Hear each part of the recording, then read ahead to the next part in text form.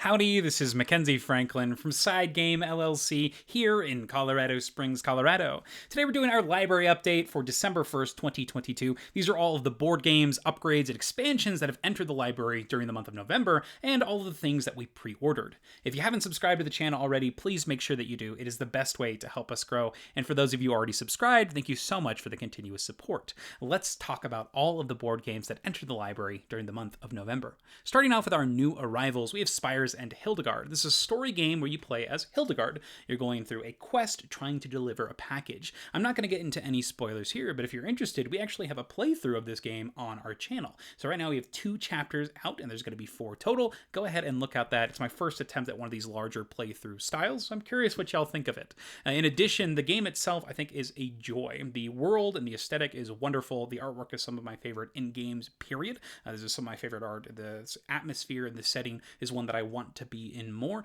That being said, the gameplay is simple and straightforward. It's very easy to approach this one, learn it, and start playing, which I think makes for a perfect story experience when the story is so prevalent. I think that there are going to be games that are more interesting gameplay-wise, but for a story game, I think Spires and Hildegard is one of the better ones. And next up, we have Spire's End, the original. The Hildegard convinced me to get this one. This one's a bit more dark, but I have not actually played this one yet. And that leads me to an interesting question. For these library updates, there's going to be some games on this one in particular that I have not played yet. We just got back from vacation, and new things are coming in constantly. It's that end of the year rush. You're seeing all sorts of games come in. So I'm curious what you think about me adding games that I have not played yet to these library updates. Is that something that you'd want to see just to see what's coming up, or would you rather wait and I put them maybe on next month's for when I've actually played them? My goal for these games is to get them played as soon as possible, and I do a pretty good job on it. I only have 2 games right now on the shelf of shame, and 2 more just came in the mail, so it's something like that. But something to be aware of, and I'm curious what your thoughts are in comments. Would you like me to talk about them, what I know about them, or would you rather wait until I've actually played them a little bit? Curious what you think on that one. So this is Spire's End. It definitely looks like a darker take on Hildegard, but it has the similar test system, potentially. Who knows? I have no idea about this one, but I'm curious to try, as I do like the Spire's End system. This one has a more of a Kingdom of Death Monster vibe to it, with these large cards that feature the artwork, which is also a great boon. The other thing that came in from Favreau was the promos for Hildegard as well as Spire's End. These are going to be little expansion packs that add new scenarios and events, and I like them quite a bit. They add to the variability, giving you new event cards that you can just shuffle in or have access to through your normal play. So in the 2 videos that are on the channel already, you actually see them being used, which is great. They're so easy to add. And then you have these new alternate creatures for the original Spire's End as well. So I'm excited to try out all of these. I think more content for these games is always worth it, particularly when it comes to varying the story. Next up, we have one of the expansions that we got while I was traveling. So in the UK, this is Caverna, the Frantic Fiends. Caverna is an awesome worker placement game, one of my favorites, and this one has the ability to have these giant orcs come and raid your area. So instead of dealing with just your farm and trying to build that up, you also have to put a little bit of tower defense in. You have these orcs that are coming in, you can set traps, you can even potentially get them to work on your farm for you. There's space to invite them in, which I think is lovely. It's a cool theme, but this is another one of those games that I haven't played yet because it's just arrived. I've only had 3 days so far to get this one played, but huge list of games to get through. That being said, I am excited to play this one. It's on my computer right now. I'm reading the rules for it, and yeah, it's going to be hopefully played in these next couple of days. So that is Caverna, Frantic Fiends. Next up is Paperback Adventures, and I love this game. This is probably my favorite solo game from this year, for sure. I'm super impressed. It's a roguelike deck builder where you are playing as a character of some sort with their own unique special abilities and deck of cards, but the whole premise is it's a word game. You're going to be creating words every turn, using the words to summon symbols, and also getting one super powerful effect of whatever's on the top of your word you've created. As you defeat these creatures, you're going to be gaining new items, new MacGuffins, which are passive bonuses, and special cards that you can add to your deck and also upgrade. You can flip them over to get better abilities and stats, and to hopefully make it to the end of this 6 creature dungeon and defeat a final boss. I love this game so much. The overarching theme is incredible. You're constantly getting these little abilities, making tiny upgrades, and every single turn matters because your health and all of your stats, everything carries from mission to mission, so each decision is vital. I love the experience. The characters are varied and interesting, and then this is one that I'm always excited to play. In the back of my head, whenever I'm learning all these new games, I always want to play Paperback Adventures. I love this game. It's amazing. And on top of it, this core system of the roguelike deck building is perfect, but when you blend that with a word game experience, you've opened possibilities that can't exist in these other games. When you're building your deck, you're looking for specific letter pairs. It's a combo that's outside of gameplay, which is so fascinating. I love it. This is a great evolution of the Paperback system and one of my favorite games from this year and in general. I love this experience. This is Paperback Adventures. And next up we have the Imperial Settlers Wrath of the Lighthouse. This is the solo expansion for Imperial Settlers Empires of the North. Just like Spires and Hildegard, I'm not going to get into too many spoilers here, but if you like playing Imperial Settlers solo, I recommend you get this game. They're going to have lots of tokens. These are in the first scenario. They give you some interesting choices on getting more efficient actions now or more efficient actions later, and you also have these other side quests that will affect your progress from mission to mission as well.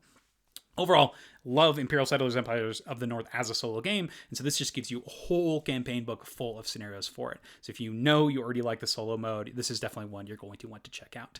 Next up is Framework. This is an evolution of Nova Luna. This is Uwe Rosenberg tile-laying game that uses the same system of putting tiles next to each other to satisfy objectives. So each tile will have an objective on it. Like this one says you need 8 silver links touching this tile, and they can go through adjacency. So these 2 up here will count, even though they're not directly adjacent, so you can make long chains. And so when you're playing these tiles, you're trying to put them in an area so that you're able to maximize your scoring potential. So you're trying to get all of your discs on your board, and once you've done it, you win the game. And that's the whole thing. You're just trying to grab these tiles, and the drafting is super simple. When it's your turn, you got all these tiles in the middle, and you just take one, and if you're the active player, the person who started, you also get the remaining tiles. So there's a quick pace to this. You're always playing tiles. I feel like this is one of those games where it's just always your turn, which is lovely. You're always making these choices and making the optimal plays. That being said, I suck at this game. It's one of the worst games I've ever played that I have played at. I like this game, but I am garbage at it. So it's one that I want to get better at.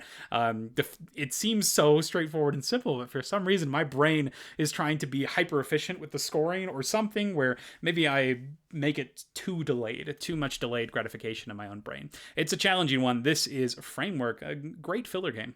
Next up here is Wayfarers of the South Tigris. This is the newest in the South Tigris. This is the first in the South Tigris line, and it doesn't disappoint. I like this one quite a bit. The way it works is you have all sorts of cards on the board here. You've got these cards that have endgame scoring, you've got cards that can double your endgame scoring, and then you have these location cards that you're going to be putting onto your own player board that go from left to right that give you unique actions that you can use during the game. So you're constantly getting these new cards, getting cards that can upgrade your cards you've already purchased, and it's all built around this dice system where you are placing dice onto the actions on your personal board to do things, to interact. You're going to be constantly collecting symbols, and that's the core driving portion of the game, is trying to collect matching symbols. And that's not something that I thought it would be when I started playing, but every single card has multiple symbols on it, and the scoring usually will tie directly to those symbols. That's something to be aware of when you play this game, is look for those matching symbols. I love that there are features where you can get additional draws. So when you get those land cards, you can pay extra resources, or you can use specific icons, or you can upgrade your characters in order to draw 3 and pick one. So there are ways to sift through options, which I appreciate. I think it's something that the game definitely needs. There's a lot of customization here, but the option overload can be super overwhelming. When you play, you have 3 choices. You can use a dice to take one of your worker actions on your own personal board, or you can use these workers. You don't necessarily have your own, but you can collect workers and place them on the board in order to do an additional action. They're all on the side here, and they're actually tied to the cards themselves. And that can be pretty overwhelming, because on your turn, there are so many things that you can do. There's over 20 actions on the board. They're all permutations of each other, so it is kind of interesting where you're like, okay, I know I need to get this maybe provision or these coins, and I have a bunch of options, and so there is a correct answer usually that you're looking for, and that's, I think, where the game can be a little bit of that it can drag a little bit. But overall, I think that the pacing of the game is great. I think that it feels good to play. You're constantly doing stuff, you're moving up different tracks, you're gaining influence, you're using abilities, and you're constantly using the cards that you're grabbing. So it feels good to play this game in the multiplayer setting. I will say I'm not a big fan of this one solo. The solo game puts you you on a time crunch, so you do not have a lot of time to do the digging, do the searching, and do the customization that you can in the multiplayer game. And I think that's something that it is lacking. So that's where I am at with this game. I'm excited to play more of it with the multiplayer setting, but solo, I don't know if I'm the biggest fan of this one. I don't think I'll return to it in solo again. So that is the what is this? Tigris, Wayfarers of the South Tigris. And next up, we have Skulls of Sedlec, all the expansions here. I played a lot of them so far. All they are mini expansions that you're going to be putting into your Skulls of Sedlec game. I was smitten with the original Skulls of Sedlec, and so I got all the expansions, took them on vacation with me, and played quite a bit of them. We played one with like Shakespeare, where he is trying to get these romantics that have lost their lovers. You have zealots, all sorts of different characters, and the merchants were a fun one as well. They give some more abilities to your different characters and different cards.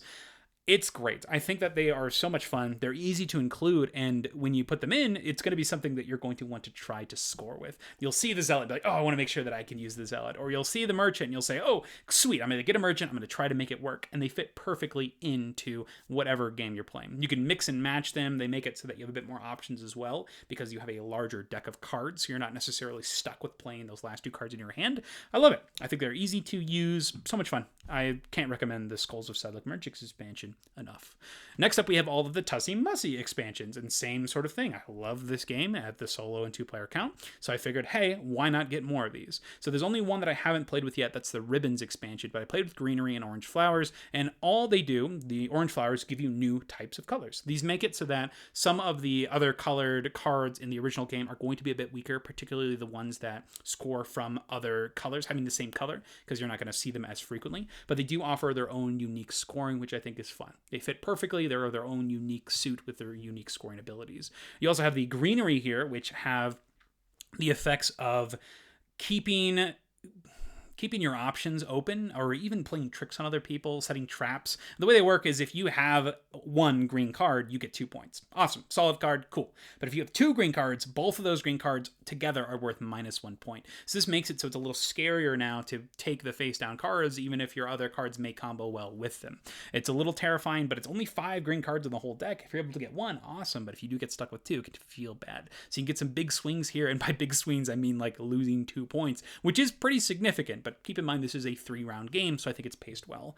And the last expansion here is the Ribbons, and this one adds some conditions, some extra scoring. Makes sense. Pretty straightforward here. Have not played with these goals yet, but I'm pretty pleased with the Tussie Mussie expansion so far. Next up are the Mind Management expansions. So first off, I'm not going to show you these at all. These are the secret cards. They're additional little quests that you can complete, and they've given you physical versions of them. So they're something you could throw in, pick them up if you've unlocked them, or if you just want to use them. But this here is another thing that came with it, and that was the Mind Management playing cards. It's just a standard deck of playing cards, but on the cards themselves, they'll have special abilities. Each card will have an ability, and the point of it is you're supposed to use these as you play a normal game. So you have the value of the card like normal. Here are some examples. If this is the last card in your hand, you can discard it. This card is considered wild when making a straight or a sequence. So any game you're playing, you can use these to play them, a standard 52 card game, but now you have special abilities on the card. Haven't used them yet, but, oh man, this seems bonkers. I'm curious to know what sort of games these would work well with. I think it would totally break games like Regicide, or I guess that's the point, right, is that you're playing these to break the games or to make them more insane or crazy. Even something as simple like Crazy Eights or Hearts. I'm excited. I think this will be interesting, and to see what implications these actually bring out. So that's the special cards, the normal deck of playing cards from Mind Management. Next up, we have all of the Fantasy Flight games. And these are going to be all of the Marvel Champions hero packs, the scenario packs, as well as the Arkham Horror. So Storm, I've had a lot of fun with. She is a cool character that has control over this weather deck, and one of her most used weathers is going to be Thunderstorm, in my opinion. This gives all characters on the board +1 attack, so Storm works great with an ally swarm. You could do some nasty things with aggression, where you're able to put out even more attack on all of your allies, and just have this force of terrifying X-Men. With the amount of readying that the X-Men have, and healing, and just ally support, it's an insane archetype, but a lot of fun. So that's Storm. Next up is Wolverine, and they nailed Wolverine. He's so much fun to play. You have all of these cards that are going to be discounted. It makes it so that you can play all of these attacks by taking damage instead of paying their cost with his claws, and it also gives them piercing. So he's able to take down a lot of tough enemies extremely easily, but just enemies in general. He's terrifying. When you get Wolverine out there, you're going to be wanting to play cards that increase his health, so you have more of a pool to play with, because he also has a healing factor, so he's healing every turn. So much value with Wolverine, and he also makes a lot of bad cards playable by the fact that you don't have to pay their cost anymore, which I love. I love it when cards allow you to access more of your card pool, and Wolverine does that in spades. Next up is Mojo Mania. This is a scenario pack that has a couple of scenarios that I'm not sure if I'm the biggest fan yet. The first two are just okay, and then the last, that Mojo himself is terrifying. So I think that there are some great scenarios in here. I'm not going to explain too much in detail why I like or dislike these, because I would rather you just experience them yourself. But I think this pack is awesome. First off, Mojo is one of the cooler villains that I've played in a while. I think he's a lot of fun, very challenging. And then you also get these modular sets that are settings in TV shows. So you have like a sci-fi, a horror, western, and you're going to shuffle those into your deck just like a normal encounter set if you want to, or if you're playing with Mojo, they're going to be included. And it's a lot of fun. You get to see these characters that you know from the Marvel Universe, or references to TV shows you enjoy. As you can see there, Game of Mojos. It's a lot of stuff like that, a lot of cheeky stuff. I like it. It's a lot of fun. I recommend it. This is a good one. I would, if you like Marvel Champions and you just want more scenarios, go for it. I think the Spiral scenario is a kind of a mid scenario. I think that Mojo is probably the best scenario, and then my least favorite is the Magog scenario. It's like a gladiator combat style, lots of aggression. You're just trying to punch the other person.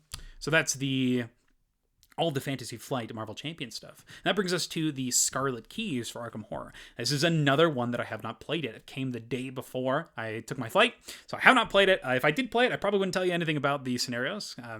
But the idea of it sounds amazing. This is similar to something like Eldritch Horror, where you're going to be going on a worldwide expedition instead of just staying in one central location. And I love that. I think that's something that Fantasy Flight definitely needed, and this sounds like so much fun. You straight up even get a map in it, and this is one that you're going to be using to track the different areas that you're going to be going to. And there's a great feature where you can even incorporate your standalone scenarios into the map, and they're actually printed on the map. So anytime you visit there, it'll seamlessly merge into your experience. I'm excited to play this. This is on my agenda to play on Friday, so I'm excited to dive in. I'm playing Charlie Kane. Let's go and get my allies going. Oh, I got my deck built already. I'm so excited. So Charlie Kane, take me away on the Scarlet Keys adventure.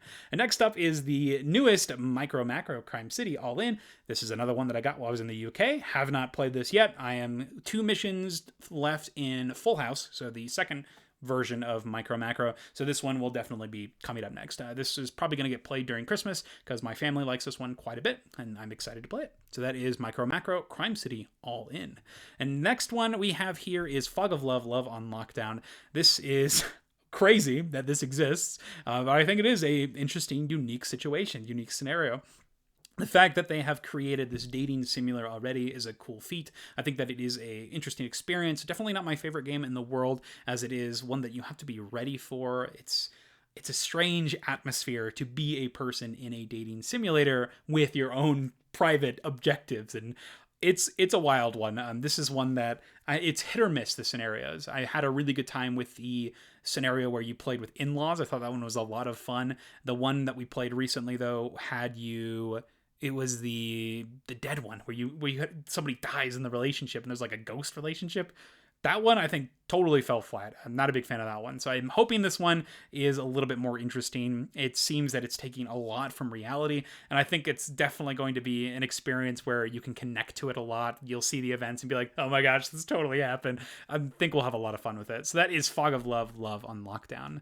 Next up, we have a lot of promos from level 99. One of them was Millennium Blades had a promo, but I could not find it anywhere. I couldn't find the picture of it. It was like it didn't exist, but it was an April Fool's joke promo. It had like a 404 error, so I couldn't pull up the picture of it, but they do have a new Millennium Blades promo. It also came with all of the errata as well as the upgrades, not the upgrades, but the fixed trays for the big boxes. So all that's errata for Millennium Blades came in, as well as a small expansion. But then we also have a expansion for Bullet here with Beethoven the cat. Yes, please give me 1,000,000 of these character packs for Bullet, and Beethoven the cat came in this one. Now, Beethoven obviously is going to have his evil side and his good side, so his boss and his normal side. Unfortunately for me, he seems like he's awesome in the multiplayer setting. She seems like she's awesome in the multiplayer setting, but in the single player setting, not my favorite character. So the Beethoven's effects pretty much are you have a way that you can clear a bunch of bullets at once. You can clear 5 at a time, I think it is. It's insane. So the amount of bullets you can clear are so high. However, the patterns for Beethoven are super difficult. So you have maybe 6 or 5 requirements on each of your cards in order to actually clear them on his patterns. So it's very hard to use Beethoven's cards, but you're able to clear a bunch of bullets at the same time. So I think this is very much going to push you into pushing your luck quite a bit to make sure that you can even assemble or even attempt to complete these patterns. But I think in the solo mode, he does not have enough flexibility. His powers are pretty generic on his ability side, so his powers are too generic in my opinion that they don't really offer the flexibility that are required to defeat some of the solo bosses. So not my favorite in the solo setting, but in the multiplayer setting, he sounds like he is fantastic. She's fantastic. So that is Beethoven the cat. Next up, we have Vengeance Roll and Fight Episode 2. This is just more Vengeance. This is a roll and fight game where you have these big dry erase boards, you're getting abilities and powers, and then you're quickly rolling dice and allocating the dice that you roll to your different powers and abilities. Then, after you spend that 45 seconds of real time, you'll actually activate the abilities that you've allocated, and then you'll be able to go around a map and take down a bunch of enemies, and then you'll pause again, get a bunch of upgrades, and then do it again. I actually love this system. It's one of my favorite real-time games I've played in a while, where you are constantly getting upgrades. And the more I play this, the more I think about other real-time games and think, ooh, why aren't other games doing this? A lot of real-time games will have it so that you have moments where you'll break and pause and think about what you're going to do, but you don't actually upgrade during those moments. And I think that's something that really makes Vengeance shine, where you're constantly getting better and getting new powers and abilities. So I like this one a lot. This is Vengeance Roll and Fight Episode 2. More characters, more bosses, more boards, but also standalone as itself. Next up here is the Bureau of Investigations in Arkham and Elsewhere. This is another game I got while I was out in the UK. This one in particular I got because went to the game store and they had all the Sherlock Holmes there, and I thought it would be really fun to get Sherlock Holmes while I was there, but we already had them all. So this one was a Sherlock Holmes universe game, so it had the same branding and everything. I don't know if it actually is. We'll see if it's any good, but it's the Arkham files put in the Sherlock Holmes style. I'm excited. That sounds super cool. I hope it's good. It's kind of funny, though, because this is the only one that is set in the United States, as opposed to all the ones for Sherlock, which are set in the UK. So kind of funny that the one that I ended up getting was a Sherlock game, but wasn't actually in the UK. So hilarious there, but that is the Sherlock Holmes Consulting Detectives Investigations in Arkham and Elsewhere, Bureau of Investigation. Next up is Wingspan Asia, and this is our last game we're talking about here. Wingspan Asia, the expansion for 2 players only, a standalone game by itself. It offers a new area control style on the board where you're going to be putting out pieces based on the birds that you are playing. So this makes it so that each bird is even more important because you are trying to connect the largest groups of your own colors, but also where you're placing on the board is going to affect your scoring for the round goals. Every single round goal is now tied to these scorings. Now, you can definitely just put the birds from Asia into a normal game. They do offer 2 boards as well, so you can play a 5 or 6 or 7 player game on top of your normal 5 player games. So that is an option. But overall, I think that the 2-player mode is a lot of fun. It's one of my favorite ways to play. I think the ability to encourage you to play more bird cards is welcome. I love the fact that you're going to be drawing more bird cards because you're looking for specific icons to match the specific spots on the board, and so it gives you a bit more ability to use the actions as opposed to focusing maybe just down on one single lane and just hammering that lane the whole time. I feel like I'm getting a bigger breadth of the game when I play Wingspan Asia, so I like Wingspan Asia a lot. I think it's worth getting if you like Wingspan, and particularly for that 2-player account, Wingspan Asia is fantastic. Now we get to all of the upgrades that enter the library. Starting with more Wingspan, we have the Wingspan nesting box. This thing is massive. We did a how to organize, an organizing video for it on our channel, and whew, There's a lot in here, but some cool stuff. I love the way that it has the player resource trays. You can pass them out on the board. It works with sleeved cards or unsleeved cards, but this thing is massive, something you need to know about it. Take a look at our organizing video. It's going to be very much up in the air for how people use their organizing system for this, but the fact that it has room to fit all of your upgrades and everything like that, I think it's a great option for you, particularly if you're all in on Wingspan. And if you're planning on getting those expansions in the future, I think it is one worth checking out. It is gigantic, so that is something you got to be aware of. Next up here are the upgrades for Blood on the Clocktower. Now, these are awesome. So my friend Dan built me a scythe for our games of Blood on the Clocktower. So it's this huge scythe that has the pictures of all of the different characters from Blood on the Clocktower on its handle, and it's perfect because you can use this as the clock. So when you're doing your hours, normally you use your hand and you move it like so to count the hours, but now you put the scythe out and you move it like that. It's pretty terrifying when you see this thing come to you. And then when somebody's marked for death, they're on the chopping block, you stand behind them with the scythe. So big shout out. Thank you so much, Dan. This is amazing. Awesome gift, and I think it's going to be used constantly in the library. Love it.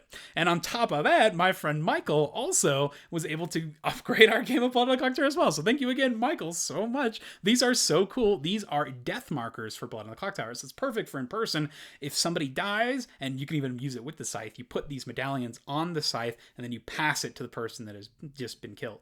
And this now has a little reminder token for everybody to see, oh, that person is dead. They've got the skull on them. In addition, we put these ribbons on the back and so that you can just pull them off to show that you've used your ghost vote. So it's a constant reminder for everybody, so they're not just looking in the center of the table, but they can look around the room as well to see what's going on with the current state of the game. So not only are these awesome, but they're also functional. Oh, this is like my favorite thing ever. Thank you so much, Dan and Michael. These are awesome upgrades and so unique. I love them. Incredible. So that's Blood on the Clocktower upgrades. And now we get to some studio upgrades, starting off with our Apple Lightning cable USB plug. This is basically so I can use this microphone and put it into my phone, so that way when I'm recording the gameplay videos, I can use the microphone. So it's hopefully better audio quality. I'm still pretty new at all of this multimedia, video recording, everything like this. So getting steps in the right direction for this. So that was awesome. Next up, we have some new lighting for videos as well. This is the Limo Studio. This is a softbox lighting. That way, hopefully it reduces the glare, makes things a little bit more legible, and that's the goal. Diving into those playthrough videos, as you can see with Hildegard. If you have any suggestions or anything like that on those videos, please let me know. I'm excited to hear. But so far, I'm pretty dang impressed with this thing. The fact that it works, I was smitten, because I get really scared when it comes to stuff like this, because I don't want to make an investment like this and then it just doesn't work. That's terrifying. So the fact that it works, awesome. So always happy to try out these new things, but definitely apprehensive to do so. And then the last thing that we've gotten for the upgrades for the studio is a video stand phone. This is one that attaches to the table. You'll screw in your phone on the top, and that way you can get the overhead view of the games that you're playing. And seeing as we record everything with just the phone, that's what it does. Snaps onto the phone, easy, tie it on, perfect. So that's working so far. The last time I recorded, though, it was a little bit bumpy, so maybe I didn't have it fastened quite well enough. I'll try. So I'm definitely trying. Yeah. And once again, any suggestions or anything like that, please let me know down in the comments. So those are some of the studio upgrades. Next upgrade we got was, now we get back into game stuff, are the Spirit Island foil promos. So yes, the foil spirit panels. These are all of the current spirits that are available, and they are foil versions of them. Now, the one thing that I didn't realize when I purchased these, though, it shows right here that they are very small. They're very thin, and that means that they're not as durable as the others. And that's, I think, is what's going to stop them from being used as much. I love the giant, thick player boards that you get in the original game. These are much smaller. They are shiny. They do look cool. Unfortunately, a couple of ours were peeling on the back, so maybe that's a production thing. I think I'll probably message the company, but they were cheap enough. They were like $3, so not a big deal. This is something you want, go for it. I would recommend you sleeve it, though, because they are foil, which means that they're going to smudge, and you're gonna see your fingerprints on them, so you'll probably need to sleeve them, which is kind of annoying because they're a little bit awkward size, but something to be aware of. Not my favorite upgrade. I don't know if I'll use these. I prefer the big heftiness of the original ones. They're the same size, just not the same thickness, so something to be aware of with these spirit panels.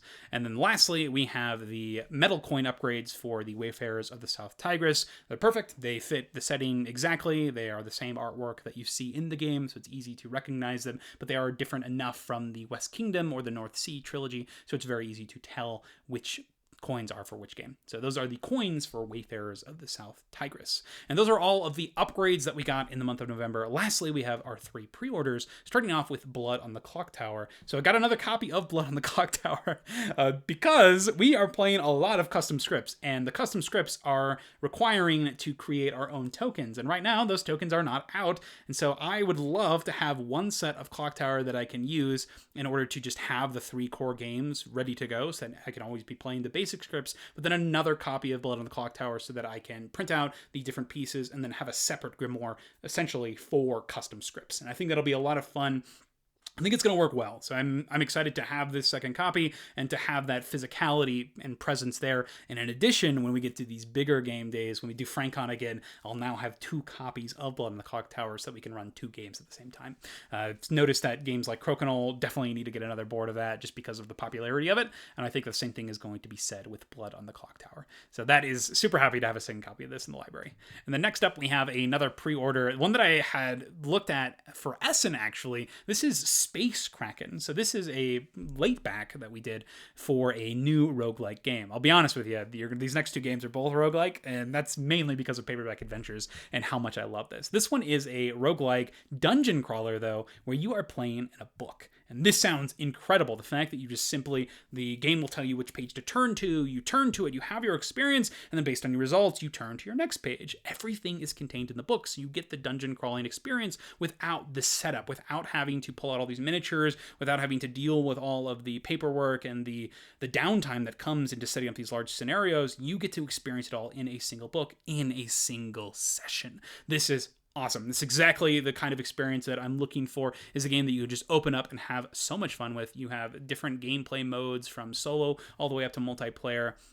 And the fact that it's all contained in the book sounds incredible. I like ISS Vanguard and the way that the book is a organization system, but it seems like in this game, it's not just an organization system, but also where the game is happening. And that sounds amazing. That sounds exactly what I want, and I hope that this one delivers. So there is still time to late back this. Yeah, go check it out. This is Space Kraken. I'm pretty dang impressed with this one so far. Can't wait to give it a try. And then last game here is Slay the Spire, the board game. Now, I love Slay the Spire, the app. It's a great one that I pull out probably once a year. I'll play like 5 days of it and just like straight and then put it away and not touch it again. But I love this game. It's so much fun. Deck building with characters with unique abilities and traits, and very similar to Paperback Adventures. You are constantly getting upgrades, abilities, and this has taken the application and turned it into a board game. Now, the biggest reason that I am getting this and not just sticking with the app is the fact that this game plays multiplayer. You get that setting of that constant leveling up and upgrading and just satisfying gameplay throughout, but you can now share it with others. I think that the app does a perfect job of doing it solo. You're just doing your own thing, building up your own character, but this reminds me a lot of the reasons I love Too Many Bones, where you are each going to get your own character with their own deck, and you are now helping out each other in order to defeat these creatures and hopefully get to the end of your journey. You have 4 unique characters that have all their own upgrade paths, upgradable cards, new systems, and just like in Paperback Adventures, you have your cards that you're going to be able to flip around to upgrade. And so the upgrades are printed on the cards. The sleeves are included with the game, and then you have each of the player boards that also facilitate the different abilities and characters that are straight from that video game. I think this is awesome. I'm excited to play in general, and the fact that you can play with multiple people opens up this game to get played more. And I think that the cooperative experience is going to be even more interesting and fun because now you have new unique combos that you could not create in the solo mode alone. So in the solo mode, you had your character, your deck, and that's all. You had to play with your color of cards, but now that you have a partner to play with, you have unique abilities and combos that are not going to be seen in that solo mode. So I love this idea, the fact that you just have these, it looks so good. It looks exactly like the game, the video game, but taken into the board game format with the same charm, the same wittiness, and hopefully that same gratifying gameplay, but now with the cooperative setting. Can't wait for it. That is Slay the Spire, the board game. So excited. And that's it. That's the library update for the month of November. If you have any questions about any of the game that I talked about here, please let me know down in the comments below what things entered your library or your game collection during the month of November. Which of these games are you the most excited to play? Which of these games that I talked about are you the most excited to hear more about in the future? And out of all these games, which one should I be playing first, next? I'd love to hear what you think, and thank you so much for watching SideGame Strong.